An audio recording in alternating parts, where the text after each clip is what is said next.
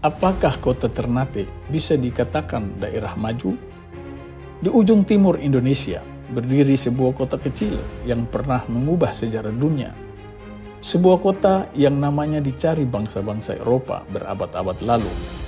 Kota yang membuat kapal-kapal Portugis, Spanyol, Belanda, hingga Inggris berlayar ribuan kilometer melintas samudra. Kota itu adalah kota Ternate. Di kaki Gunung Gamalama yang menjulang gagah di tengah lautan, Ternate tumbuh sebagai simpul perdagangan rempah dunia. Namun hari ini pertanyaannya bukan lagi tentang cengkeh, bukan lagi tentang benteng-benteng kolonial, bukan lagi tentang kejayaan Kesultanan Ternate. Pertanyaannya jauh lebih penting. Apakah kota Ternate hari ini benar-benar sudah menjadi daerah maju? Atau kemajuan yang terlihat hanyalah wajah luar dari persoalan yang belum selesai? Jika seseorang datang ke Ternate hari ini, ia akan melihat kota yang hidup, bandara yang ramai, pelabuhan yang sibuk, pusat perdagangan yang terus bergerak, hotel, restoran, kampus, rumah sakit, dan pusat layanan publik yang tumbuh dari tahun ke tahun.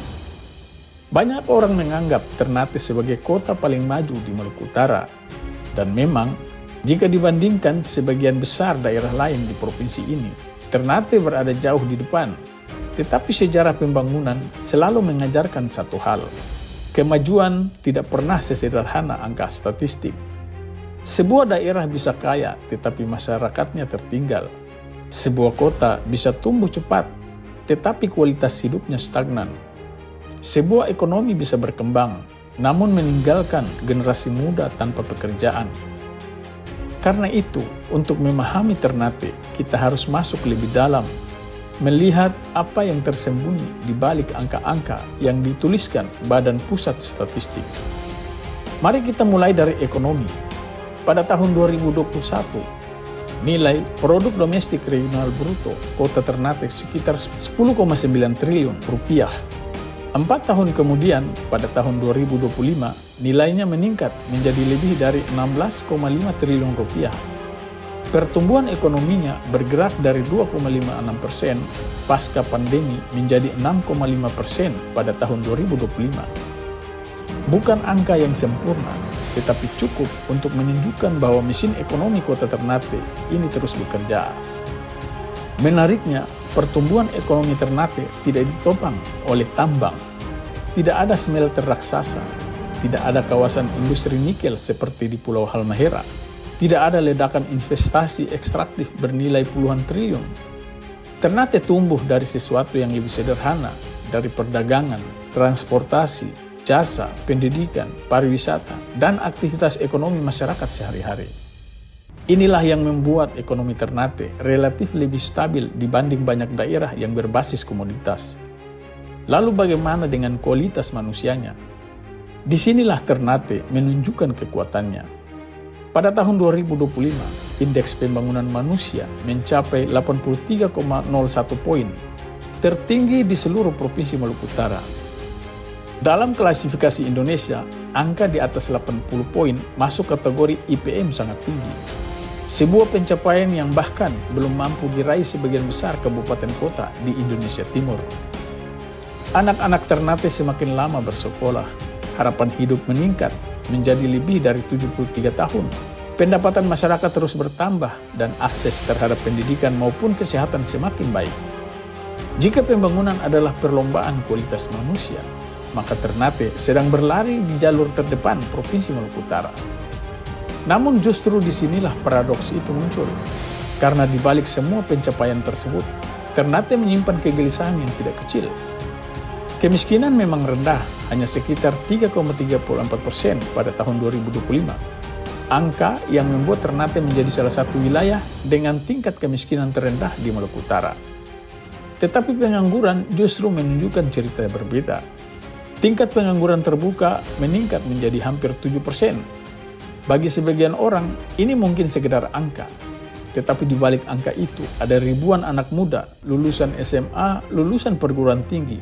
Generasi yang memiliki pendidikan lebih baik dibanding generasi sebelumnya, namun belum menemukan ruang yang cukup dalam pasar kerja. Inilah paradoks kota jasa. Pendidikan meningkat lebih cepat daripada penciptaan pekerjaan berkualitas. Kota Ternate menghasilkan lebih banyak lulusan, tetapi ekonomi belum cukup menghasilkan profesi modern. Akibatnya, banyak anak muda bekerja di sektor informal, menjadi pedagang kecil, ojek, pekerja lepas, atau bahkan meninggalkan daerah untuk mencari masa depan di luar Ternate. Ada kenyataan lain yang jarang dibicarakan. Ternate adalah kota pulau, luas daratannya terbatas. Gunung Gamalama menguasai sebagian besar ruang hidup masyarakat, sementara laut mengelilinginya dari segala arah. Artinya, setiap meter tanah di kota Ternate ini sangat berharga. Harga lahan naik, pemukiman semakin padat, kemacetan mulai muncul, ruang hijau semakin tertekan, dan ekspansi kota menjadi semakin sulit. Ternate tidak memiliki kemewahan seperti kota-kota besar lain yang bisa terus melebar ke segala arah. Ternate harus tumbuh dalam ruang yang terbatas, seolah-olah sedang menulis masa depan di atas selembar kertas yang semakin sempit. Belum lagi ancaman bencana. Gunung Gamalama bukan sekedar latar belakang indah dalam kartu pos wisata. Ia adalah gunung api aktif yang sewaktu-waktu dapat mengingatkan manusia bahwa alam selalu lebih kuat daripada pembangunan. Disinilah masyarakat Ternate hidup, di antara keindahan dan risiko, di antara sejarah dan masa depan, dan di antara keterbatasan dan ambisi. Pertanyaan tentang daerah maju seringkali disederhanakan. Banyak orang mengira daerah maju adalah daerah yang memiliki gedung tinggi, mal besar, jalan lebar, atau investasi bernilai triliunan rupiah. Padahal tidak. Menurut berbagai indikator pembangunan dunia, kemajuan sejati diukur dari kualitas manusia. Apakah masyarakatnya sehat? Apakah anak-anaknya mendapat pendidikan? Apakah kemiskinan rendah? Apakah kesempatan hidup terbuka bagi semua orang? Jika menggunakan ukuran itu, Ternate sudah berada sangat dekat dengan kategori daerah maju. Bahkan jauh melampaui sebagian besar daerah lain di kawasan timur Indonesia. Namun jika standar yang digunakan adalah kota maju kelas dunia, maka perjalanan kota Ternate masih panjang. Kota ini masih membutuhkan lebih banyak pekerjaan berkualitas, lebih banyak investasi produktif, lebih banyak inovasi, lebih banyak ruang publik, lebih banyak ekonomi kreatif, dan lebih banyak keberanian untuk keluar dari ketergantungan pada perdagangan tradisional. Karena kemajuan bukan tujuan akhir. Kemajuan adalah proses yang harus terus diperjuangkan.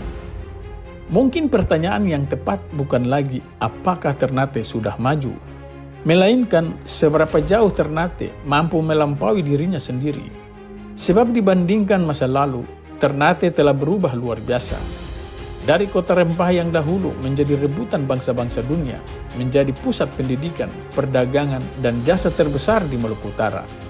Dari ekonomi yang bergantung pada sejarah, menjadi ekonomi yang bertumpu pada kualitas manusianya. Hari ini, data menunjukkan bahwa Ternate adalah salah satu daerah paling berkembang di Indonesia Timur. Tetapi masa depan kota ini tidak akan ditentukan oleh angka statistik. Kota Ternate akan ditentukan oleh kemampuan masyarakatnya menjawab tantangan zaman, menjaga sejarah, mengelola ruang yang terbatas, menciptakan pekerjaan bagi generasi muda, dan mengubah keunggulan geografis menjadi keunggulan ekonomi. Karena pada akhirnya, sebuah kota tidak disebut maju karena gedung-gedungnya. Sebuah kota disebut maju ketika setiap anak yang lahir di Ternate memiliki kesempatan untuk hidup lebih baik daripada generasi sebelumnya. Dan itulah ujian terbesar kota Ternate, sebuah kota kecil di kaki gunung api yang masih terus menulis bab berikutnya dalam sejarahnya.